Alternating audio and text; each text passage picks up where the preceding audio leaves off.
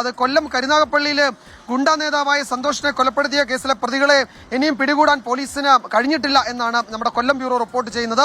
പ്രത്യേക സംഘം കൊല്ലം, ആലപ്പുഴ ജില്ലകളിൽ വ്യാപകമായി തെരച്ചിൽ നടത്തുകയാണ്. കൊലയാളി സംഘത്തിന്റെ ആക്രമണത്തിൽ ഗുരുതരമായി പരിക്കേറ്റ അനീറിന്റെ മൊഴി ഇന്ന് അന്വേഷണ സംഘം വിശദമായി തന്നെ രേഖപ്പെടുത്തുന്നുണ്ട്. സുജിത് സുരേന്ദ്രനാണ് വാർത്തയുടെ വിശദാംശങ്ങളുമായി കൊല്ലത്ത് നിന്ന് ചേരുന്നത്. സുജിത്ത്, എന്താണ് ഇതിൽ പ്രതികളെ കണ്ടെത്താൻ കഴിയാതെ പോകുന്നത്? അവർ ജില്ല വിട്ട് അല്ലെങ്കിൽ കേരളം വിട്ട് പുറത്തേക്ക് പോയിട്ടുണ്ടോ? ഇന്നലെ CCTV ദൃശ്യങ്ങളൊക്കെ പുറത്തു വന്നതാണല്ലോ പ്രതികളുടെ. സുജിത്ത്,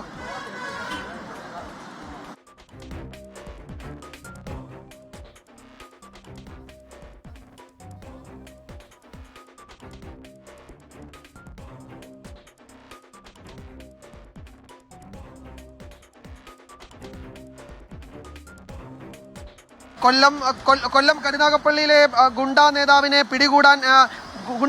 കൊലപ്പെടുത്തിയ കേസിലെ പ്രതികളെ പിടികൂടാൻ കഴിഞ്ഞിട്ടില്ല എന്നാണ് കൊല്ലം ബ്യൂറോ റിപ്പോർട്ട് ചെയ്യുന്നത്. ഈ പ്രതികളെ കണ്ടെത്തുന്നതിനായി പ്രത്യേക അന്വേഷണ സംഘം കൊല്ലം, ആലപ്പുഴ ജില്ലകളിൽ വ്യാപകമായി തെരച്ചിൽ നടത്തുകയാണ് ഇന്നലെ മുതൽ. പക്ഷേ അതിൽ ഫലം കണ്ടില്ല. ഇന്നലെ പ്രതികൾ സഞ്ചരിച്ച CCTV ദൃശ്യങ്ങൾ, അതുപോലെ അവരുടെ വാഹനമൊക്കെ കണ്ടെത്തിയതാണ്.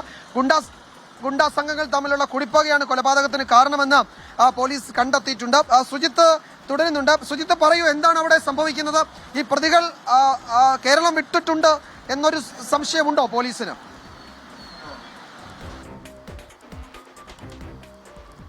വിജയകുമാർ, പോലീസ് ഇപ്പോഴും കരുതുന്നത് പ്രതികൾ ഈ കൊല്ലം, ആലപ്പുഴ ജില്ലാ പരിസരത്ത് തന്നെ ഉണ്ടാകും എന്നുള്ള ഒരു കണക്കൂട്ടലാണുള്ളത്. കാരണം ഇവരെ പോലീസിന്റെ കൈവെള്ളയിൽ നിന്നാണ് ഇന്നലെ പ്രതികൾ മിസ്സായത്. കാരണം പോലീസ് എത്തുമ്പോൾ പ്രതികൾ ആ വാഹനത്തിൽ നിന്നും ഇറങ്ങി ഓടുന്ന ഒരു സാഹചര്യമാണ് ഉണ്ടായിരുന്നത്.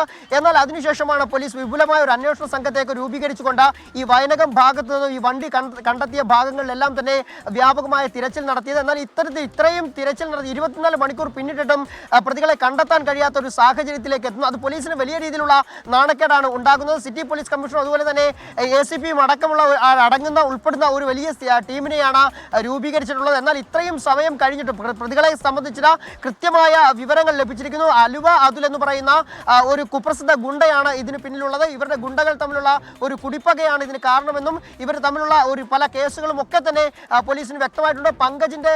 പങ്കജിനെ ആക്രമിച്ചതുമായി ബന്ധപ്പെട്ടുള്ള പ്രശ്നങ്ങളായിരുന്നു ഇതിലേക്ക് എത്തിയെന്നുള്ള എല്ലാ കാര്യങ്ങളും ഒക്കെ തന്നെ പോലീസിന് വ്യക്തമായിട്ടുണ്ട്. പക്ഷേ പ്രതികളിലേക്ക് എത്താൻ കഴിയാത്ത ഒരു സാഹചര്യമാണുള്ളത്.